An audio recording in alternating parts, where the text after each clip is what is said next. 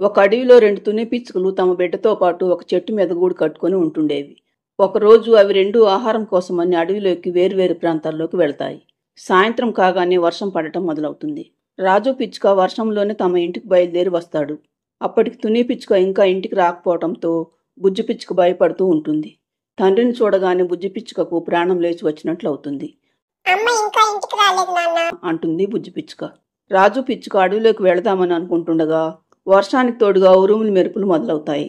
దాంతో తను కూడా ఇంటి వద్ద లేకుంటే బుజ్జి పిచ్చుక భయపడుతుందని గూటిలోనే ఉండిపోతాడు రాజు పిచ్చుక. ఇంతలో చీకటి పడుతుంది. దాంతో రాజు పిచ్చుక తెల్లవారే వరకు గూట్లోనే ఉండిపోతాడు. తెల్లవారిన తరువాత తుని పిచ్చుకను వెతకటం మొదలుపెట్టిన రాజు పిచ్చుకకు చాలా చోట్ల వెతికిన తరువాత తుని పిచ్చుక ఒక చోట చనిపోయి కనిపిస్తుంది. దాంతో రాజు పిచ్చుక బోరుమని ఏడుస్తాడు. ఇంటికి వచ్చిన తర్వాత తల్లి విషయం తెలుసుకున్న బుజ్జి పిచ్చుక గుండె పగిలేలాగా తల్లి కోసం ఏడుస్తుంది. అలా కొంతకాలం గడిచిపోతుంది. బుజ్జి పిచ్చుక తల్లిని మర్చిపోలేక రోజు అమ్మ కావాలని ఏడుస్తూ ఉండేది. రాజు పిచ్చుక ఎంత సర్ది చెప్పినా ఊరుకునేది కాదు బుజ్జి పిచ్చుక. ఇక చేసేదేం లేక రాజు పిచ్చుక ఒకరోజు రాణి అనే మరో పిచ్చుకను బుజ్జి పిచ్చుకకు తల్లిగా తీసుకొస్తాడు. రాణి పిచ్చుక వచ్చిన తర్వాత బుజ్జి పిచ్చుకను తునిలాగానే ప్రేమగా చూసుకుంటూ ఉండేది. కొంతకాలానికి రాణి పిచ్చుక 2 గుడ్లు పెడుతుంది. ఒకరోజు రాజు పిచ్చుక తన భార్యతో, చూడు రాణి, పక్క అడవిలో ఉన్న మా అమ్మకు అనారోగ్యంగా ఉందట. నేను వెళ్ళి మా అమ్మని చూసి వారం రోజుల్లో వస్తాను. అప్పటి వరకు బుజ్జిని జాగ్రత్తగా చూసుకో అని చెప్పి వెళ్ళిపోతాడు రాజు పిచ్చుక. రాజు పిచ్చుక వెళ్ళిన కాసేపటికి రాణి పిచ్చుక అడవిలోకి వెళ్ళి ఆహారం తిని వస్తుంది. అది రాగానే బుజ్జి పిచ్చుక, అమ్మ ఆకలేస్తుంది, తినటానికి నాకేమీ తీసుకురాలేదా అని అడుగుతుంది బుజ్జి పిచ్చుక. ఎవరే నీకమ్మా? నువ్వేమన్నా నా కడుపును పుట్టావా? ఇన్ని రోజులు మీ నాన్న ఉన్నాడని ఊరుకున్నాను. నన్ను అమ్మ అని ఇంకెప్పుడు పిలవద్దు, పిన్ని అని పిలువు. అంతేకాదు, ఇక నుండి నువ్వే అడవిలోకి వెళ్ళి ఆహారాన్ని సంపాదించుకొని తిని రావాలి.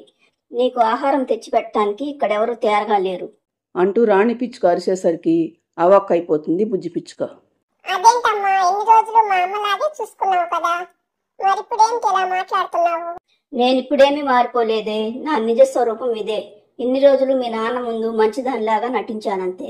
ఇదిగో, ఇప్పటి నుండి నీ ఆహారం నువ్వే సంపాదించుకోవాలి. అంతేకాదు, ఇక నుండి నువ్వు మా గూట్లో కూడా ఉండటానికి వీల్లేదు. రేపు నీకు ఒక చిన్న గూడు కట్టిస్తాను. ఇక నుండి నువ్వు ఒక్కదానివి ఆ గూట్లోనే ఉండాలి. మీ నాన్న వచ్చిన తర్వాత అడిగితే నాకే ఈ గూట్లో ఉండటం ఇష్టం లేదని, మరో గూడు కట్టమని అడిగానని మీ నాన్నతో నువ్వే చెప్పాలి. నేను చెప్పినట్టు చెయ్యకపోయావో ఏదో ఒక రోజు మీ నాన్నని తీసుకుని మా పుట్టింటికి వెళ్ళిపోతాను. అర్థమవుతుందా? అంటుంది రాణి పిచ్చుక. అన్నట్లుగానే మరుసటి రోజు బుజ్జి పిచ్చుకకు వేరే గూడు కట్టిస్తుంది రాణి పిచ్చుక. ఒంటరిగా ఉండాలంటే నాకు భయంగా ఉందమ్మా. నోరు మూసుకొని ఉండు, కొద్ది రోజులైతే అదే అలవాటవుతుంది అనేది రాణి పిచ్చుక. బుజ్జి పిచ్చుకకు అడవిలోకి వెళ్ళి ఆహారం ఎలా సంపాదించుకోవాలో తెలియక చాలాసార్లు పస్తులుండాల్సి వచ్చేది. అలా వారం రోజులు గడిచిపోతాయి. ఒకరోజు ఎప్పట్లాగానే రాణి పిచ్చుక ఆహారం కోసమని అడవిలోకి వెళ్తుంది. దారిలో దానికి తన స్నేహితురాలు కనిపించటంతో మాట్లాడుతూ ఉంటుంది.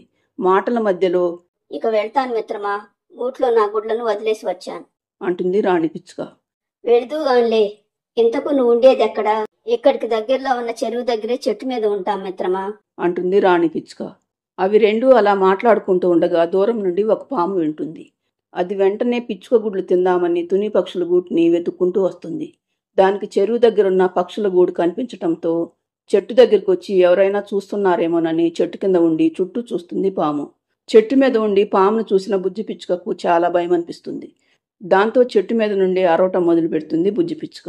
దాని అరుపులు విన్న పాము, ఏయ్ పిచ్చుక పిల్ల, అరవకు, నేను నిన్నేమి చెయ్యను. ఆ గూట్లో ఉన్న గుడ్లను మాత్రం తినేసి వెళ్తాను అంటుంది పాము. దాంతో బుజ్జి పిచ్చుక, అమ్మో, మా అమ్మ గుడ్లను తింటావా? ఎవరైనా రండి, ఈ పాము మా అమ్మ గుడ్లను తింటుంది అని మరింత గట్టిగా అరవటం మొదలు పెడుతుంది బుజ్జి పిచ్చుక.